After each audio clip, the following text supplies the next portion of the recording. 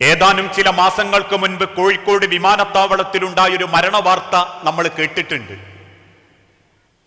വാപ്പയുടെ പേരിലുള്ള കടം വീട്ടാൻ വേണ്ടി നാട്ടിൽ ചിക്കൻ സ്റ്റാൾ നടത്തിയിരുന്നൊരു ചെറുപ്പക്കാരൻ ബാധ്യതകൾ തീർക്കാൻ വേണ്ടി കിടപ്പാടം പോലും പണയപ്പെടുത്തി കിട്ടിയ പണം കൊണ്ടൊരു വിസ സംഘടിപ്പിച്ച് പ്രവാസ ലോകത്തേക്ക് പുറപ്പെട്ടു. 5 വർഷത്തോളം പ്രവാസിയായി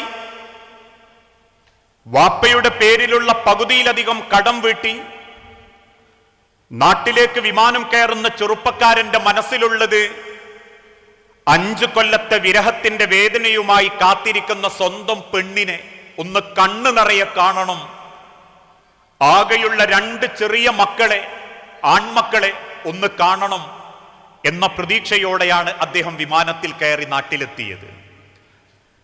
കരിപ്പൂര് വിമാനത്താവളത്തിൽ ഫ്ലൈറ്റ് ലാൻഡ് ചെയ്തപ്പോ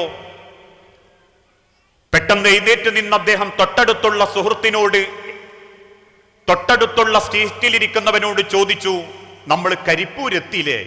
എത്തി എന്നവൻ പറഞ്ഞപ്പോ അൽഹംദുലില്ലാ എന്നും പറഞ്ഞ ചെറുപ്പക്കാരൻ സീറ്റിലേക്ക് ചാരിക്കടന്നു.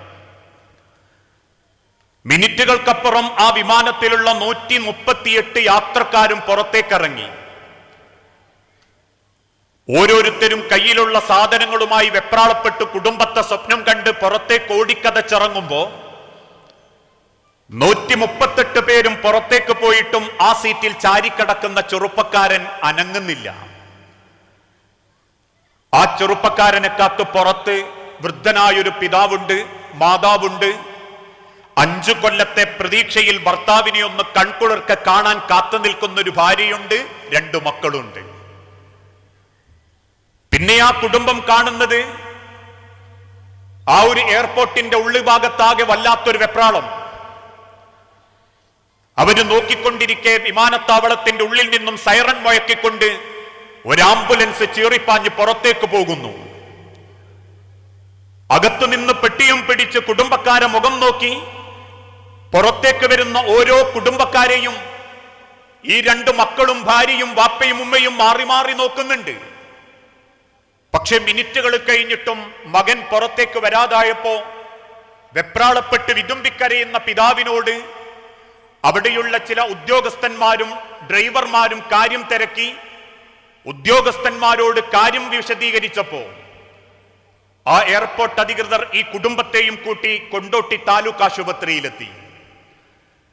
കൊണ്ടോട്ടി താലൂക്ക് ആശുപത്രിയുടെ മുൻപിൽ, ഐസിയുവിന്റെ മുൻപിൽ ഒരു സ്ട്രെച്ചറിൽ ജീൻസും കുപ്പായവും ധരിച്ച് ഭംഗിയായി കിടക്കുന്ന അല്പം വയറുള്ള ഒരു ചെറുപ്പക്കാരനെ ചൂണ്ടിയിട്ട് ചോദിച്ചു, ഇതാണോ നിങ്ങളുടെ മകൻ?